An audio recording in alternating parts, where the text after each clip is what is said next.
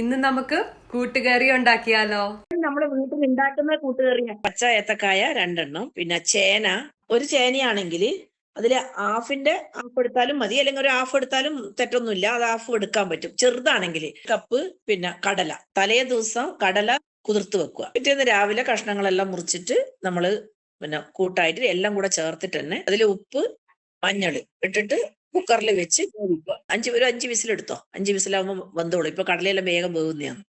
അതിനെ കറി ഉണ്ടാക്കാനുള്ള ചേരും. ചെറിയ തേങ്ങയാണെങ്കിൽ ഒന്നെ എടുക്കാം. വലിയ തേങ്ങയാണെങ്കിൽ ഹാഫ് എടുത്താൽ മതിയാവും. ജീരകം ഇട്ടിട്ട് പച്ചമുളക്, തോരന്റെ ഭാഗം ഒരു ക്രഷ് ചെയ്ത് അരവ് എല്ലാം കലക്കി എല്ലാം ആയി തിളച്ച് വരും.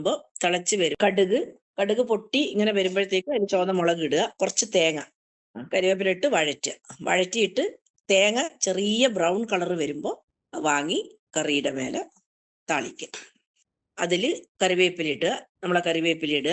എന്നിട്ട് പിന്നെ കുരുമുളക് ഒരു സ്പൂണ്. അത് ഓരോരുത്തരുടെ ഇഷ്ടം പോലെ. തേങ്ങ കൂടുതൽ എടുക്കുന്നവരും ഉണ്ട്, തേങ്ങ കുറച്ചെടുക്കുന്നവരും ഉണ്ട്.